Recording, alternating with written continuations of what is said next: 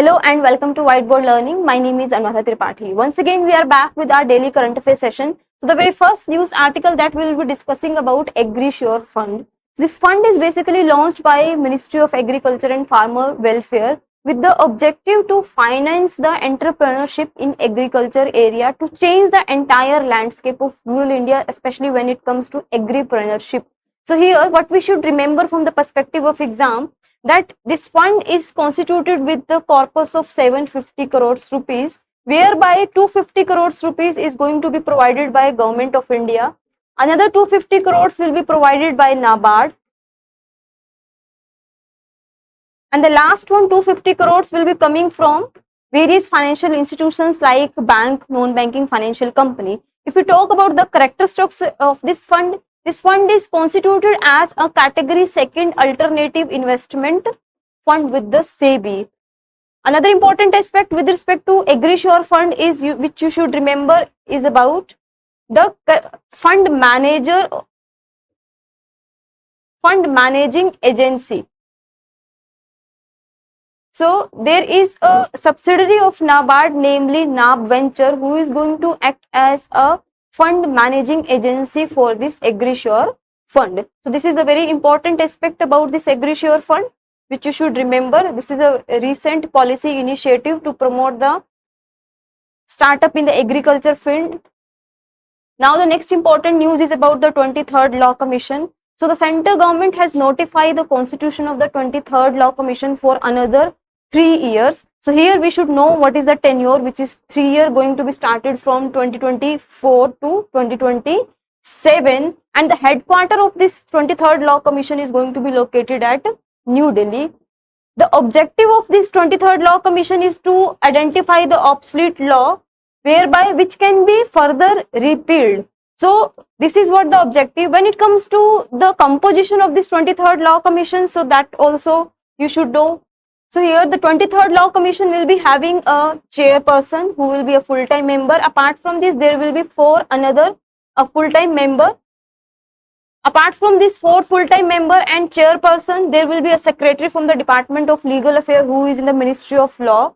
Another important member is Secretary, Legislative Department as an ex officio member, and apart from this, there will be part-time member as well, not more than 5. So this is what you should remember, and this is in the series of 23rd Law Commission. It means Government of India from the time to time will constitute Law Commission to have a legal opinion. If you know about when for the first time Law Commission in India was constituted, do write in the comment section. Now the next important news is about Pradhan Mantri Awas Yojana. So basically this is in news. Why? Because Ministry of Law and Employment pushes for the inclusion of migrant worker to have the affordable housing under this particular scheme, namely Pradhan Mantri Awas Yojana, which was launched in 2015 to provide affordable housing not only in rural areas but also in urban area. When it comes to component of urban in Pradhan Mantri Awas Yojana, that is the nodal agency to implement this scheme is Ministry of Housing and Urban Affairs. So under this urban component, affordable housing will be provided to economically weaker section, middle income group and low income group. When it comes to the rural component, which is termed as Pradhan Mantri Awas Yojana Gramin, Ministry of Rural Development is nodal ministry to implement this scheme to provide pakka houses in the rural area. So this is the basic aspect of Pradhan Mantri Awas Yojana. Now what exactly have been done? So government has extended the benefit of this scheme for another 5 years from 2024-2025, whereby in the span of this additional 5 years, Government of India is going to construct 2 crores houses, and Ministry of Labour and Employment is pushing for the inclusion of marginalized worker also to reap the benefit of this scheme to have the affordable housing. Here the marginalized worker are like who is working in a construction, mining, in the BD manufacturing areas. So this is about the welfare of the marginalized worker under this Pradhan Mantri Awas Yojana. Now the next important news is about inauguration of Vishwa Shanti Buddha Vihara in Udaygir region of Latur district in Maharashtra, done by Honorable President of India. So here we should know what is the meaning of Vihara. Vihara Vihara is basically a monastery to be known as the resting place for Buddhist monks. So this Vishwa Shanti Buddha Vihara in Udaygir, Latur district of Maharashtra. If you talk about the physical aspect of this particular Vishwa Shanti Buddha Vihara, is it is having a weightage up to 520 kilogram, and its height is up to 10.5 feet tall. So this is about certain basic feature of this Buddha Vihara. Now the next important news is about the world skill competition. So basically from the 10th to 15th of September at Lyon, France, this global event is going to be organized by World Skill International. So here what we should know, that this competition is an international event which is conducted by the World Skill International, and this is a biannual event. Okay, so this is a biannual event. Here with this particular year event, we should know certain basic aspect in terms of how many countries are going to participate, in which category, what is the total number of the category for this international competition event. So if you talk about the total number of country who is going to participate, this is 70 country, and India is one among them, and India is going to be represented by 60 participants at this global event. If you talk about the place of this world skill competition, it is in Lyon in France. That is going to be will held from 10th to 15th of September at Euro Expo Lyon. So this is the important aspect about this world skill competition. Now another important news is about Vokha Sathi, who basically held a gold award at National Award for E-Governance Scheme 2023-2024 at Mumbai.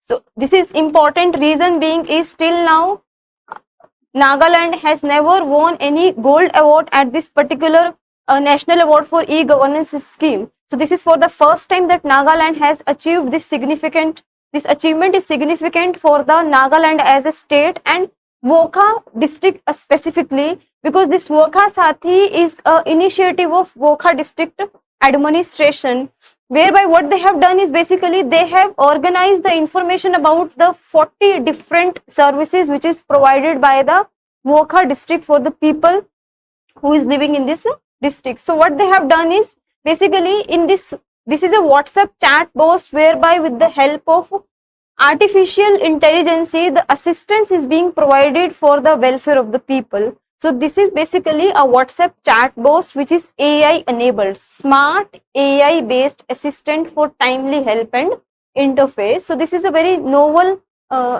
initiative of Vokha district, because of which it has secured a gold award at National Award for E-Governance Scheme 2023-2024. Now the next important news is about Global Innovation Index. So recently Global Innovation Index ranking has been released and India has secured a 40th place. So here a Global Innovation Index ranking. So with respect to this news, what we should remember from the perspective of exam is that who is releasing this particular index. So it is by WIPO, World Intellectual Property Organization. So this is one of the specialized agency of United Nations. So in this 2023 edition, Switzerland has secured the very first place, followed by Sweden, and the third place is occupied by the United States. If we specifically talks about the achievement of India, it is 40th place, and India has significantly improved its ranking, especially in the area of innovation, because in 2014 the ranking which India has achieved in the same index was 76. So India has improved its position by the 36 points. So this is very important aspect. So Global Innovation Index released by World Intellectual Property Organization. Now the next important news is about the forecast by the World Bank about the growth of Indian economy in 2024-2025. This is very important. Why? Because previously the forecast about the Indian economic growth by the World Bank was 6.6%. Now World Bank has revised this to 7%. So this is one of another reason that why this is important, because IMF has also predict the same percentage of Indian economic growth, which is 7% for 2024-2025, and this is one of the significant indication about the future growth of India. Why? Because India has set a target to make the current economic plan for India is to be a 5 trillion economy by 2028 and to increase it further to 7 trillion economy by 2030. And if India will maintain the growth rate with this pace and increase it to further 8%, then India can achieve the set milestone. So this is a very positive indication that World Bank has revised its growth rate for India for the financial year 2024-2025 to 7%. Now, the important news from the sports area. So as we know that the Paralympic event are going on in the Paris, France, which started its opening ceremony from 28th of August and it is going to be held up to 8th of September. So on the 6th day, the medals which is secured by India in different category. So here what we should know is the name of the event, the sport event, and the particular category of the medal and by whom. So if we talk about the badminton men's single event SL4, so this is silver medal is secured by India by Suhas Yathiraj. So here you should know the name Suhas Yathiraj, silver medal in badminton men's single SL4 event. The next important event in badminton SH6. So India has secured bronze medal by Nithya Seri. Nithya Seri in bronze medal in badminton SH6 category.